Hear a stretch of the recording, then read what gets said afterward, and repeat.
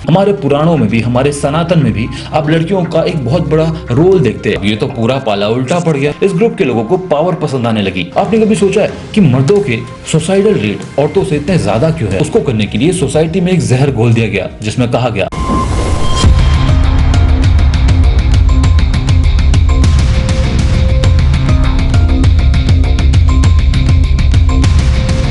पिछली वीडियो में हमने जाना कि किस तरह से लड़कियों पर समाज में पहले बहुत अत्याचार हुए थे। उसके बाद एक बुद्धिजीवी वर्ग खड़ा हुआ जिन्होंने समझा कि लड़कियों को 50% आबादी को घर में बैठा के रखा है जस्ट इन मेल की ईगो बढ़ाने के लिए, और अगर हम 50% आबादी को यूं ही घर में बैठा के रखेंगे तो समाज कभी भी आगे नहीं बढ़ पाएगा। लड़कियों को मौका दिया गया, लड़कियों को एक बराबरी का दर्जा दिया गया और लड़कियों ने सिद्ध किया, साबित किया कि वो भी किसी से कम नहीं है, वो भी बहुत कुछ कर सकती है, अंतरिक्ष में जा सकती है, फौज में भर्ती हो सकती है, हर एक काम लड़कों के जैसे कर सकती है। पर जिस तरह से समाज में हर एक इंसान सही नहीं होता, उसी तरह से लड़कियों में भी एक ऐसी टोली निकल कर आ गई जिसे हमने टॉक्सिक फेमिनिस्ट या स्यूडो फेमिनिस्ट का नाम दे दिया। वहीं से शुरू हुआ पेट्रियार्कल वर्सेस मेट्रियार्कल सोसाइटी। ये पूरी समरी है पिछली वीडियो की, अब है उसका नेक्स्ट पार्ट। उससे पहले मैं आपको एक एग्जांपल देना चाहता हूँ। आपने एनिमल मूवी तो देखी होगी, उस पर बहुत बहस हुई, टीवी पर तक डिबेट चले कि ऐसी मूवी समाज के लिए अच्छी नहीं है, ये टॉक्सिक मैस्कुलिनिटी को दिखाती है, जो कि लड़की को धोखा अगर कोई दे रहा है तो उसको भी जस्टिफाई किया जा रहा है, खून खराबे को जस्टिफाई किया जा रहा है और ना जाने क्या क्या चीजों को जस्टिफाई किया जा रहा है। तो इस चीज पर, इस मूवी पर बहुत ज्यादा आपको बवाल देखने को मिला, क्योंकि इस मूवी में लड़की को धोखा दिया था। ये मूवी लड़कियों के अगेंस्ट थी और लड़कियां बहुत सेंसिटिव होती है, बाल की खाल निकालना जानती है। पहले तो मैं ये मानता हूँ कि यार मूवी को मूवी की तरह ही लेना चाहिए, उसका कोई रियल दुनिया से लेना देना नहीं है, वो एक फिक्शनल स्टोरी है। बट काफ़ी लोग होते हैं, चलो मान लेते हैं कि काफ़ी लोग होते हैं जो इन्फ्लुएंस हो जाते हैं ऐसी मूवी से और टॉक्सिक मैस्कुलिनिटी को जस्टिफाई करने लग जाते हैं। मैंने मान लिया। पर मैं आपको एक और एग्जांपल देना चाहता हूँ कि किस तरह से, जिस तरह से लड़के अब बोलते हैं ना, लड़के इमोशनली इनसेंसिटिव होते हैं, लड़कियां ज़्यादा सेंसिटिव होती है, उसी तरह से किस तरह से लड़के लड़कों के मैटर में भी इमोशनली इनसेंसिटिव होते हैं। इस मूवी से देख लो जुदाई, जो कि 1997 में रिलीज हुई थी जब मैं पैदा हुआ था। इस मूवी में श्रीदेवी और अनिल कपूर है। श्रीदेवी, इस स्टोरी जो पूरी मूवी की स्टोरी है वो ये है कि श्रीदेवी अपने पति को बेच देती है क्योंकि उसको ऐसा पैसे की हमेशा से नीड होती है, पैसे की हमेशा से चाहत होती है। तो अनिल कपूर जो है वो उसको वो चीज़ें प्रोवाइड नहीं कर पाता जो कि उसको चाहिए। तो ओवरऑल स्टोरी ये है कि एक तीसरी लड़की आती है, वो अनिल कपूर को पसंद करने लगती है और वो श्रीदेवी को ऑफर करती है कि मैं तुम्हें एक दो समथिंग करोड़ रुपए दूंगी और तुम अपने पति को मेरे को दे दो। तो वो लड़की खुश हो जाती है और अपने पति को बेच देती है। मूवी का जो एंड है वो ये है कि लास्ट में श्रीदेवी को अकल आती है और वो उस थर्ड जो तीसरी लड़की है उससे डिमांड करती है अपने पति कि मेरा पति मुझे वापस लौटा दो, मैं इसके बिना नहीं रह सकती और अपने बच्चे कुछ जो पैसे मैंने खर्च कर दिए उससे जो बच गए पैसे वो ले जाओ, मुझे नहीं चाहिए तुम्हारे पैसे। मुझे एक बात समझाओ कि आज तक आपने कोई ऐसी मूवी देखी है जिसमें किसी पति ने अपनी पत्नी को बेच दिया हो, पैसों के लिए बेच दिया, अपनी पत्नी को पैसों के लिए बेच दिया और लास्ट में कोई ऐसी एंडिंग हो जिसमें दोनों हैप्पी कपल बनके मस्त जी रहे हैं? ऐसी कोई मूवी आज तक आपने देखी है? पता नहीं क्यों नहीं देखी, क्योंकि उसमें लड़के को बेचा गया था। लड़की को बेचा जाता तो बहुत इनसेंसिटिव हो जाता। मुझे तो लगता है कि जो ब्रॉडकास्ट करता है इन मूवीज को, वो भी इन मूवीज को मना कर देता कि ऐसी मूवीज क्या पब्लिश कर रहे हो। पर लड़के को बेचा जाता है तो ये तो नॉर्मल सी चीज़ है और लड़के भी इसमें कोई भी सवाल खड़ा नहीं करते कि यार क्या करा, क्या था इस मूवी का ऑब्जेक्टिव क्या था, क्योंकि उनको तो कोई मतलब ही नहीं। उनको तो वो तो ये सोच रहे होंगे कि यार मजा आ गया, दूसरी बीवी मिल गई। पर जिन लड़कों को बुरा भी लगा होगा वो भी इस मूवी के खिलाफ आवाज़ नहीं उठाएंगे, क्योंकि इसी को कहते हैं टॉक्सिक मैस्कुलिनिटी। जो इनसेंसिटिव मैन होते हैं वो इस चीज़ को समझ ही नहीं पाते कि लड़कों पर, उस ऐसे लड़के पर क्या बीती होगी जो उसकी पत्नी ने उसको पैसों के लिए बेच दिया क्योंकि वो अपनी पत्नी को कुछ प्रोवाइड नहीं कर पा रहा था। क्योंकि जो फेमिनिटी होती है वो मैस्कुलिनिटी पर इमोशनल अटैक करती है और मैस्कुलिन लोग, मर्द जिनको हमें बनाया गया, वो इतने ऐसे क्रिएचर है कि कई बार वो इतने ज्यादा इनसेंसिटिव हो जाते हैं कि वो सामाजिक मुद्दों को समझ ही नहीं पाते कि हुआ क्या। एक और एग्जाम्पल देता हूँ, एग्जाम्पल्स की कमी नहीं है। आपने ये मूवी देखी होगी गुड न्यूज। इस मूवी की पूरी स्टोरी ये है कि अक्षय कुमार और करीना कपूर एक कपल होते हैं जो कि अमीर होते हैं, रिच लोग होते हैं जो, और दिलजीत दोसांझ और कियारा एडवाणी एक कपल होते हैं। दोनों ही कपल के बच्चे नहीं हो रहे होते। तो वो जब डॉक्टर के पास जाते हैं तो डॉक्टर समझाता है कि यार कोई बात नहीं, अगर आपका नेचुरल तरीके से अगर आपके बच्चे नहीं हो रहे तो आप अपने अपने स्पर्म्स हमें दे दो, हम आर्टिफिशियल तरीके से आपकी वाइफ पे इंसेमिनेट कर देंगे आपकी वाइफ को स्पर्म से। तो दोनों स्पर्म्स देते हैं अपने और स्पर्म्स जो है वो एक्सचेंज हो जाते हैं, स्पर्म्स लग गए हैं और दोनों लड़कियां प्रेग्नेंट हो जाती है। कियारा एडवाणी और करीना कपूर प्रेग्नेंट हो जाती है। अब इस मूवी में पूरी की जो शुरू से आखिर तक की पूरी मूवी है वो ये है, करीना है वो शुरू से कोशिश करती है कि वो बेबी को मतलब पैदा कर दे। उसको चाहिए था कि अपना बच्चा तो अपना होता है, अपना बच्चा अपना बच्चा अपना बच्चा अपना खून। पूरी मूवी में बस यही डायलॉग है कि अपना बच्चा अपना होता है।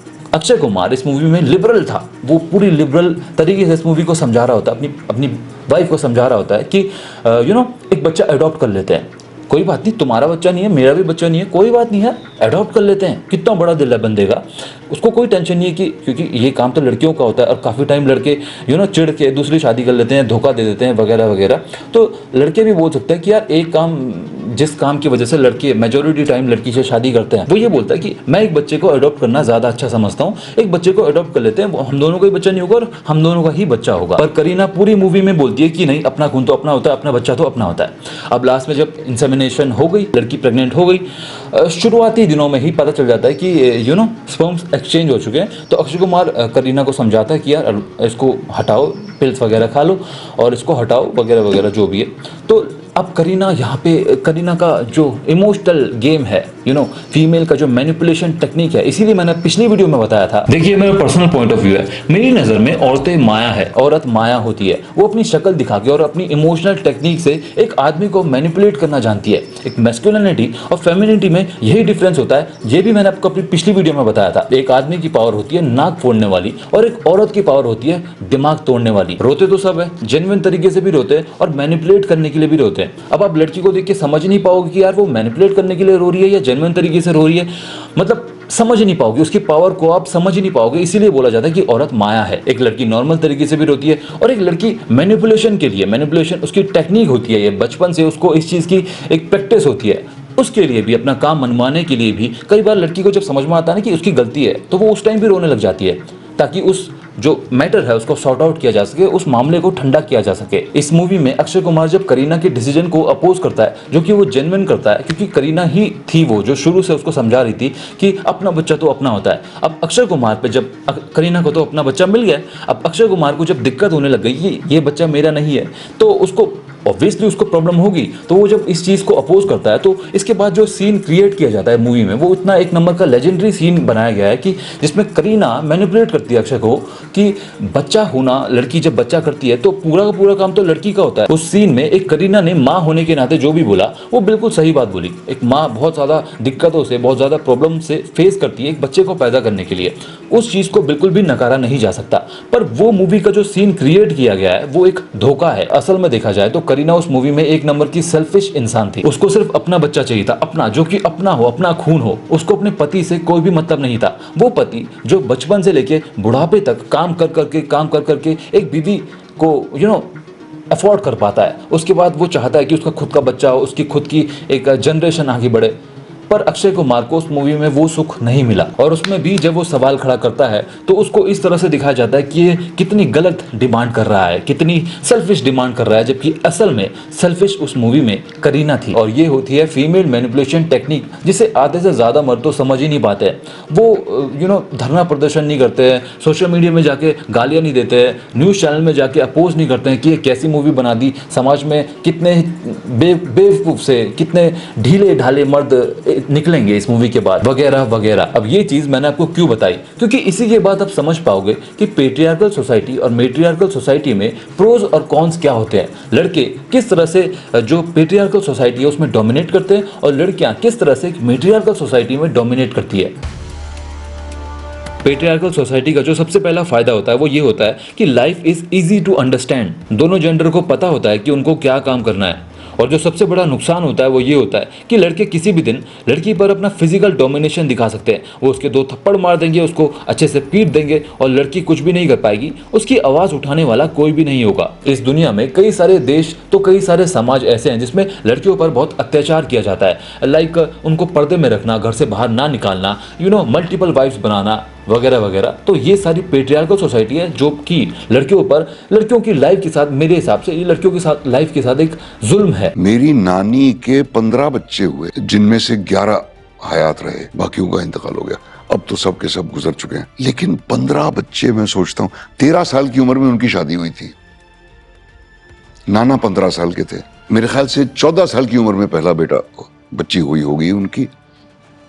उसके बाद 15 साल या 30 साल कम से कम सिर्फ बच्चे पैदा करती रही। और इसमें कोई कौन सी अजीब बात है? बॉडीली जो जो जो बोझ पड़ता है औरत पे, आप किसी मर्द से कहिए कि अपने पेट से एक वजन बांध के रखो जो हर रोज जिसका वजन बढ़ाते रहो, देखो कितने दिन तक झेल सकते हो। ये बातें मुझे सब बाद में सूझी। मैं एडमिट करता हूं कि एक वक्त था जब मैं बिल्कुल चकाचौंध था इन बातों से, मर्दानगी से। लेकिन ये बहुत बड़ा मिसोजिनिस्ट जिसको कहते हैं अंग्रेजी में, औरतों से नफरत करने वाला एटीट्यूड, औरतों को किसी लायक ना समझने वाला एटीट्यूड, ये कब तक रहेगा मालूम नहीं। ये होता है एक पेट्रियार्कल सोसाइटी का सबसे बड़ा नुकसान। जस्ट इमेजिन कि एक लड़की 15 साल की और उसने बच्चा पैदा किया और वो उसने 15 बच्चे पैदा किए। अगर हर बच्चे को पैदा करने के बाद भी उसने 1 साल का गैप लिया तो 30 साल उसको बच्चे पैदा करने में लग गए। यानी कि 15 साल से अगर उसने शुरू किया तो 45 साल में उसका लास्ट बच्चा पैदा होगा।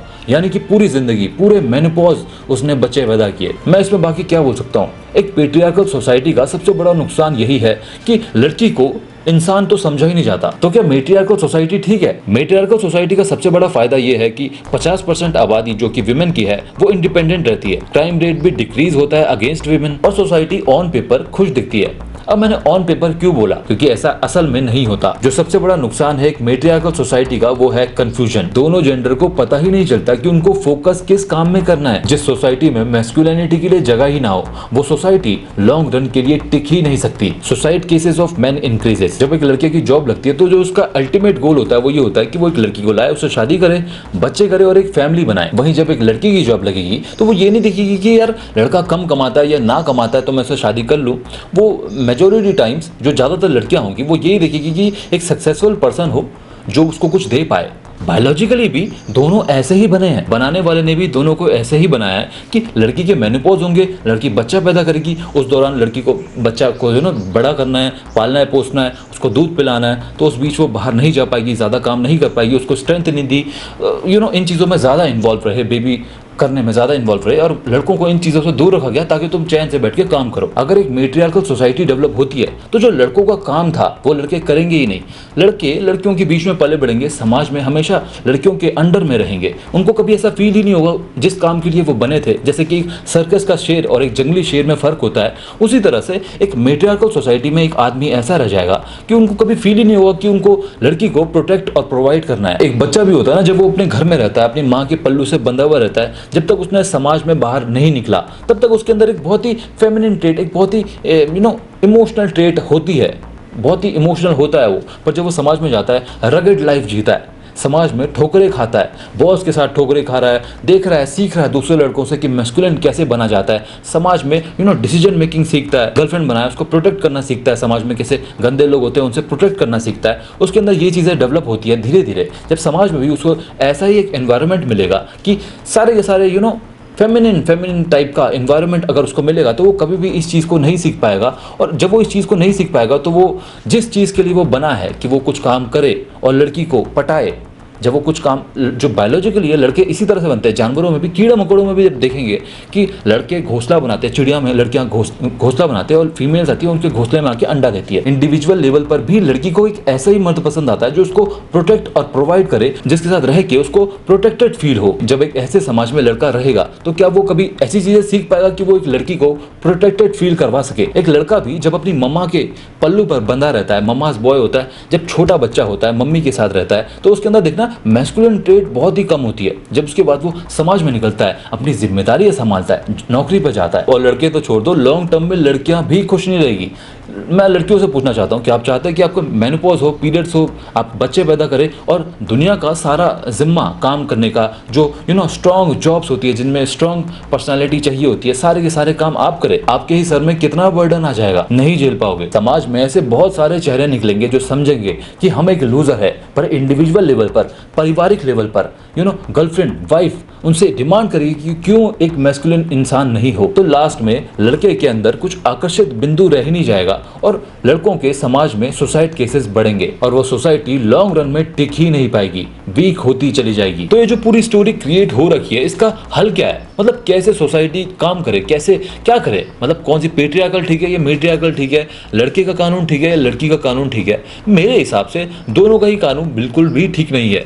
हमारी सोसाइटी एक इंसान से नहीं चल रही, दोनों जेंडर मिलकर जब साथ काम करते हैं एक परिवार भी तभी बन पाता है। उसी तरह से एक सोसाइटी भी इसी तरह बन पाती है। दोनों एक दूसरे को अधूरे हैं, मैन और विमेन दोनों अधूरे हैं। जब वो दोनों मिलते हैं तब वो एक पूरे चैप्टर को क्रिएट करते हैं। जिस तरह से दोनों में ही एक एक चीज दे रखी है सोसाइटी को चलाने के लिए, उसी तरह से दोनों के ही अंदर एक एक चीज है जिससे सोसाइटी तबाह होती है। मेन के पास है फिजिकल स्ट्रेंथ और एक विमेन के पास है मोरल स्ट्रेंथ, एक इमोशनल स्ट्रेंथ। जब तक दोनों ही अपनी इस चीज पर काम नहीं करेंगे, अपनी इस चीज को कंट्रोल में नहीं रखेंगे, तब तक एक परफेक्ट सोसाइटी कभी भी तैयार नहीं हो सकती। एक ऐसी सोसाइटी जो ग्रो भी कर रही हो, जिसमें दोनों जेंडर साथ में प्रॉस्पर भी कर रहे हो, दोनों साथ में खुश हो, फैमिली स्ट्रक्चर सही हो, एक दूसरे की रिस्पेक्ट की जाए। जब तक ये दोनों चीजें साथ में काम नहीं करेगी, तब तक एक परफेक्ट सोसाइटी क्रिएट कभी नहीं हो सकती। एक जेंडर दूसरे जेंडर पर तब तक अत्याचार करता रहेगा। अब ये चीजें कहां से आती है? दरअसल इन चीजों को पाने के लिए समाज में 4 तरीके मौजूद है। पहला है अपब्रिंगिंग, दूसरा है कल्चर, तीसरा रिलीजन और चौथा डिसिप्लिन। एक परिवार होता है, उसमें बच्चा होता है, वो स्कूल जाता है, कॉलेज जाता है, दोस्तों के साथ मिलता है, पर वो उनके साथ वैसा नहीं बन पाता जैसा उसके घर में माहौल दिया जा रहा हो। एक घर में एक लड़के को क्या सिखाया जा रहा है, एक लड़की के प्रति, एक लड़की को एक लड़के के लिए क्या सिखाया जा रहा है कि एक लड़के किस तरह से होते हैं, उनकी आपको कितनी रिस्पेक्ट करनी चाहिए, किस तरह से उनको देखना चाहिए समाज में। जब एक बच्चा बड़ा होता है, एक माँ को वो देखता है कि वो अपने बाप की इज्जत किस तरह से करती है, एक बाप अपनी बीवी की इज्जत किस तरह से करता है। ये पूरी चीजें एक फैमिली का डिजाइन किस तरह से है, यही डिसाइड करती है कि एक बच्चे का फ्यूचर कैसा होगा, एक बच्चे को क्या सिखाया जाएगा और वो आगे चल के समाज में किस तरह से रिएक्ट करेगा दूसरे लोगों के साथ। दूसरा आता है कल्चर।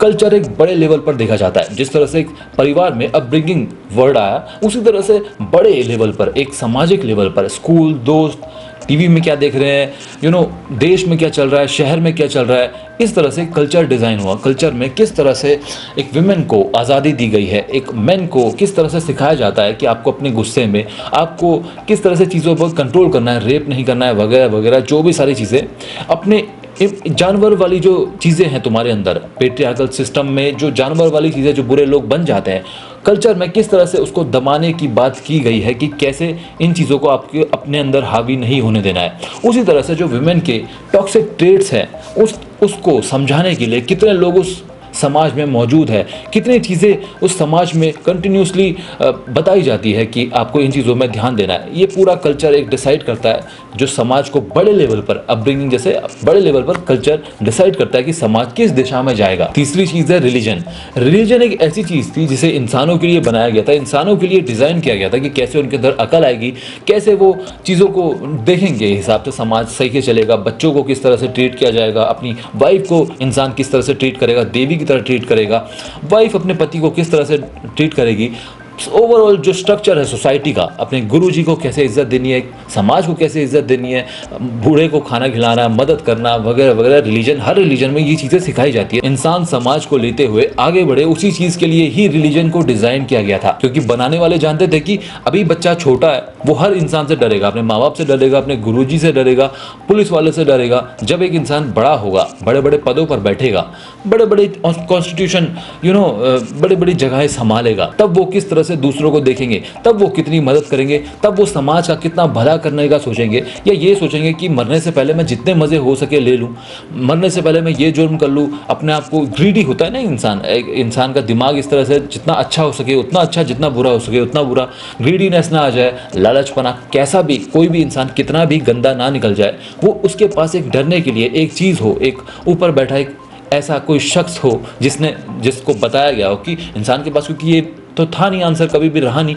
कि उसको किसने बनाया, तो उसके अंदर ये चीज़ डाला गया कि जिसने तुमको बनाया है वो तुमको इस तरह से सजा देगा अगर तुम ये बुरा काम करोगे। क्योंकि बड़ा होने के बाद, पावरफुल होने के बाद, वो इंसान किसी से डरे या ना डरे, वो उससे ज़रूर डरेगा जिसने उसको बनाया है, जिससे उसे बताया गया है बचपन से कि तुमको उससे डरना है।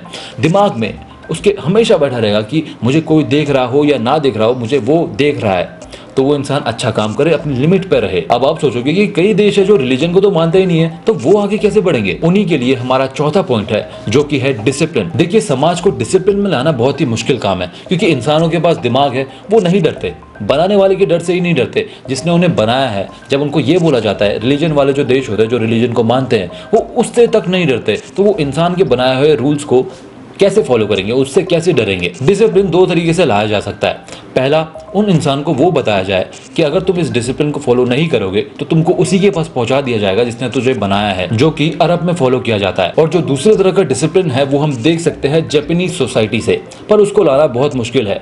उसके लिए हर इंसान को पढ़ा लिखा होना जरूरी है, हर इंसान पे बहुत सारे रिसोर्सेज खर्च करने जरूरी है। वैसी सोसाइटी एक आसानी से नहीं बनती है, वैसी सोसाइटी बनाने के लिए बहुत ज़्यादा टाइम लगता है। जब दरअसल बोला जाता है कि जापानीज सोसाइटी बहुत ही डिसिप्लिन है, पर अगर आप देखें मोटा मोटा देखें तो जापानीज सोसाइटी एक पेट्रियार्कल सोसाइटी है। वहाँ पे विमेंस को बड़े बड़े पदों पर बैठने का हक नहीं है, पर इसका मतलब ये नहीं है कि वहाँ की विमेंस घूम नहीं सकती है, मजे नहीं कर सकती है, ऐश नहीं कर सकती है। उनको बहुत ही दबाया जाता है। वो लोग बहुत ही डिसिप्लिन्ड है। वहाँ की लड़कियाँ काम भी करती है, बाहर भी निकलती है, शॉर्ट ड्रेसेस भी पहनती है, बहुत सारी चीज़ें उनके पास ऑप्शंस हैं, वो फॉलो करती है क्योंकि वो अपने कल्चर को फॉलो कर रहे हैं, वो बहुत सारी चीज़ें फॉलो कर रहे हैं। बट इंसानों के लिए वो भी ठीक नहीं है। आपको क्या लगा था मैं जापानीज सोसाइटी की तारीफ करने वाला हूँ? नहीं भाई, लॉन्ग रन के लिए वो भी ठीक नहीं है। इंसान बहुत ही कॉम्प्लिकेटेड है। जिस तरह से एक पेट्रियार्कल सोसाइटी काम नहीं करती लॉन्ग रन के लिए, एक मेट्रियार्कल सोसाइटी काम नहीं करती लॉन्ग रन के लिए, उसी तरह से एक ओवर डिसिप्लिन सोसाइटी भी काम नहीं करती लॉन्ग रन के लिए। आज जापानीज सोसाइटी कोलैप्स कर रही है। वहाँ के लोग शादी नहीं करना चाहते, बच्चे ही पैदा नहीं करना चाहते। वहाँ के लोग एक फैमिली स्ट्रक्चर को फॉलो ही नहीं करना चाहते, वो बस काम में लगे हुए हैं। अब अगर आप जापानीज की स्ट्रीट देखेंगे, बहुत सारी वीडियोस वायरल होती है, वो जब चलते हैं तो बिल्कुल साइलेंट, दो लोग आपस में बात तक नहीं करते। वो लोग इस लेवल तक डिसिप्लिन पे घुस चुके हैं जो कि इंसान के दिमाग के लिए, जो कि इंसान के बिहेवियर के लिए, एक बच्चेपने के लिए, एक चुलबुलाहट के लिए समाज में होनी चाहिए, और वो वहाँ मौजूद नहीं है। उनकी हवा में प्यार ही नहीं है, जिसकी वजह से प्रिडिक्शन है कि उनकी सोसाइटी इस डिसिप्लिन को एक लंबे टाइम तक सस्टेन नहीं कर पाएगी। और जो लोग अरब कंट्री के कानूनों पर, अरब कंट्री के डिसिप्लिन पर अभी तक अटके हुए हैं, तो उन्हें भी बता दूं कि वो भी लिबरल होना शुरू हो चुके हैं, क्योंकि वो जानते हैं कि इकोनॉमी बढ़ाने के लिए, एक अच्छा समाज, एक सुखी समाज बनाने के लिए इतने सख्त कानून ठीक नहीं है। जापान का डिसिप्लिन सिखाया गया और अरब का डिसिप्लिन मनवाया गया, दोनों ही काम नहीं करते। ये दोनों भी एक लंबे टाइम तक सोसाइटी के लिए ठीक नहीं है। तो यार ओवरऑल कंक्लूजन क्या है? सॉल्यूशन एक ही है, मेल हो या फीमेल, दोनों ही जेंडर को अपनी रिस्पॉन्सिबिलिटीज उठानी होगी। चाहे वो अपब्रिंगिंग के माध्यम से सीखे, कल्चर के माध्यम से सीखे, रिलीजन के माध्यम से सीखे या डिसिप्लिन से सीखे, कहीं से भी उनको थोड़ा थोड़ा चीज़ें उठानी होगी, थोड़ी थोड़ी चीज़ें सीखनी होगी और एक अच्छा इंसान बनना होगा एक सोसाइटी के लिए, और एक अच्छा रिस्पॉन्सिबल नागरिक होने के नाते अपने समाज में कंट्रीब्यूट करना होगा। तभी एक सोसाइटी अच्छे से प्रॉस्पर कर पाएगी। और अगर ऐसा नहीं होता तो प्रकृति अपना रास्ता बनाना जानती है। कभी मेल डोमिनेट करेंगे तो कभी फीमेल डोमिनेट करेंगे। जब मेल डोमिनेट करेंगे तब वो मजे लेंगे और सोसाइटी को, जीडीपी को तोड़ के रख देंगे। जब फीमेल डोमिनेट करेगी तो वो सोसाइटी को, जीडीपी को ऊपर लेके जाएगी। पर उसकी वजह से जब वो सारी चीज़ें हो रही होगी तो मेंटली जो मैन होंगे उसके पास इतना ज़्यादा दबाव आएगा कि उनके सोसाइटल रेट बढ़ेंगे और एक दिन वो विद्रोह करेंगे और पूरा सोसाइटी को कोलैप्स करके मजे लेंगे। बार बार सोसाइटी बनेगी बिगड़ेगी, बनेगी बिगड़ेगी, यही चलता रहेगा और कुछ भी नहीं होगा। और एक टाइम पे आके सोसाइटी स्टक हो जाएगी, उनको चीज़ें ही नहीं मिलेगी कि वो आगे कैसे लेके जाए। एक सोसाइटी को दोबारा बनने के लिए टूटना पड़ेगा, और टूटेंगे तो फिर वहीं पे अटक के रह जाएंगे, आगे तो बढ़ेंगे ही नहीं, वहीं तक वापस रिकवर कर पाएंगे। तो वहाँ पे काम आएगी आर्टिफिशियल इंटेलिजेंस, रोबोटिक्स, ये सारी चीज़ें, क्योंकि उनके अंदर इन चीज़ों के, जो इंसानों के अंदर ये जो भावनाएं होती है जिसकी वजह से ये पूरा पेट्रियार्की और मेट्रियार्की सिस्टम चल रहा है, ये चीज़ें रोबोटिक्स इस चीज़ को पूरा करेगी। इस जो छेद था, ये जो दरार थी बीच में सोसाइटी को आगे ना ले जाने की वजह से, तो ये एआई और रोबोटिक्स पूरा करेंगे। इनके बिना पूरी सोसाइटी लॉन्ग रन तक किसी भी मेथड से सस्टेन कर ही नहीं सकती जब तक दोनों जेंडर रिस्पॉन्सिबल तरीके से काम ना करे और एक अच्छे इंसान ना बने। अब दोस्तों, आपको आज की वीडियो कैसी लगी हमें कमेंट्स में बताएं। अगर आपको लगता है कि ये बिल्कुल फालतू की बातें कर रहा है, इसकी बातों में कोई लॉजिक ही नहीं है और आपके पास कुछ और ढंग की बातें हैं, आप कुछ और ढंग का बोल सकते हैं इस टॉपिक पर, आपको वीडियो पसंद आई या ना आई, जो भी चीज़ें हैं आप कमेंट्स में बता सकते हैं। आप कमेंट्स ऑन है, कमेंट्स में डिस्कशन करें। मैं चाहता हूं कि कमेंट्स में डिस्कशन हो और लोग अपने अपने व्यूज़ कमेंट्स में दें। बाकी वीडियो अच्छी लगी तो लाइक कर देना, चैनल में नए हो तो सब्सक्राइब कर देना। मैं मिलता हूं आपसे अपनी अगली वीडियो में, तब तक के लिए सायोनारा और बाय।